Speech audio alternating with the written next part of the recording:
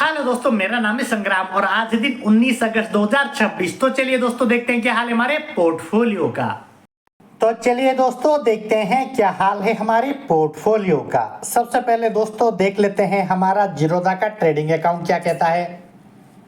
तो आज दोस्तों निफ्टी बैंक हमारा 100 से 110 पॉइंट के करीब गिरा हुआ है, 0.5% के करीब गिरा हुआ है दोस्तों। और यहाँ पर निफ्टी 50 हमारा 30 से 40 पॉइंट के करीब गिरा हुआ है, जो कि हमारा 0.5% के करीब है। इंडिविजुअल स्टॉक्स की अगर बात करें तो एलटी फूड्स हमारा 0.5% के करीब गिरा हुआ है। पीरामल फाइनेंस फ्लैट है दोस्तों। यूपीएल हमारा 0.5% के करीब बढ़ा हुआ है। टाटा स्टील हमारा 1 से 2% के करीब गिरा हुआ है। जनरल इंश्योरेंस हमारा 0.5% के करीब गिरा हुआ है। पीएफसी हमारा 0.5% के करीब गिरा हुआ है। टाटा मोटर कॉमर्शियल व्हीकल 0.5% के करीब गिरा हुआ है।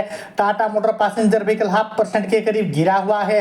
वेदांत हमारा 1% के करीब गिरा हुआ है। और वेदांत स्टील हमारा 1% के करीब गिरा हुआ है। वेदांत पावर हमारा फ्लैट है दोस्तों। वेदांत एल्यूमिनियम हमारा 1 to 2% के करीब गिरा हुआ है। वेदांत ऑयल एंड गैस 1% के करीब गिरा हुआ है दोस्तों। तो देखा जाए तो आज एक साइडवेज डे या फिर एक बेरिश डे की तरह होने वाला है दोस्तों।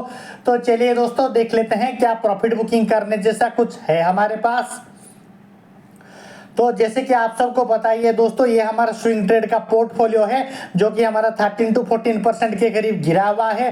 32 to 33,000 के करीब ये गिरा हुआ है। इंडिविजुअल स्टॉक्स की अगर बात करें तो एलआईसी हाउसिंग फाइनेंस हमारा 10 to 11% के करीब गिरा हुआ है, 5 to 6,000 के करीब। पीएफसी हमारा 16 to 17% के करीब गिरा हुआ है, जो कि हमारा 24 to 25,000 के करीब है। रैक लिमिटेड हमारा 6 to 7% के करीब गिरा हुआ है, 3 to 4% के करीब। तो आज हमारा ये बेरिश डे के सिनारियो के जैसा लग रहा है दोस्तों। हाल फिलहाल के लिए प्रॉफिट बुकिंग करने जैसा कुछ नहीं है दोस्तों।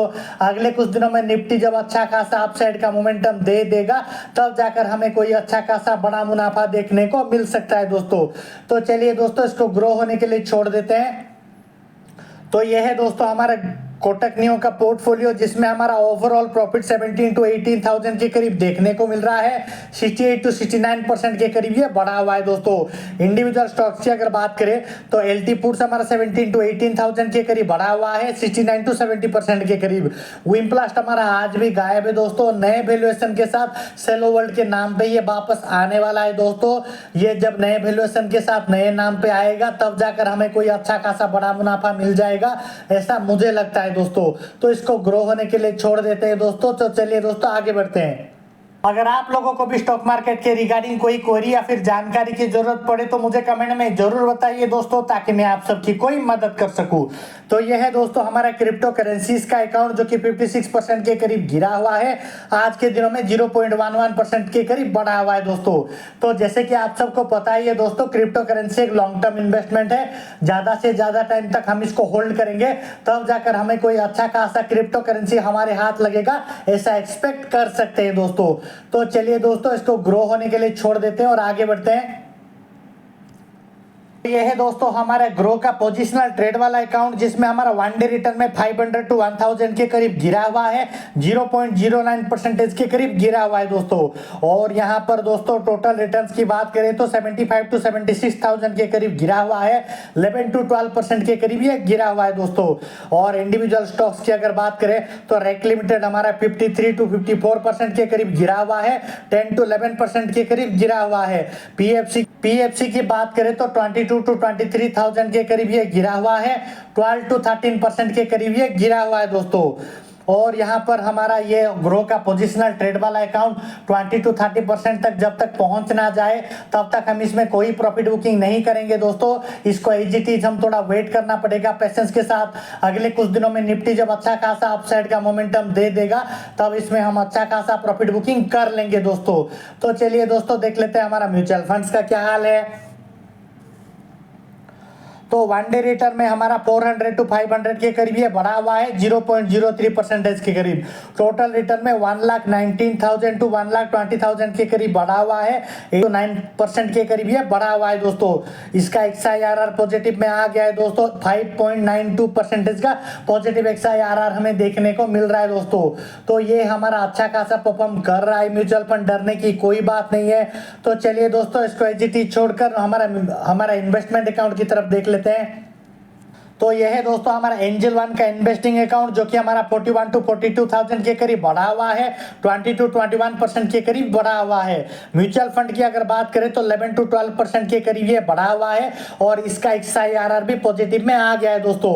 6.24% का पॉजिटिव XIRR हमें देखने को मिल रहा है दोस्तों। इक्विटी की बात करते हैं, इक्विटी में हमारा 40 to 41,000 के करीब बढ़ा हुआ है, 20 to 21% के करीब बढ़ा हुआ है।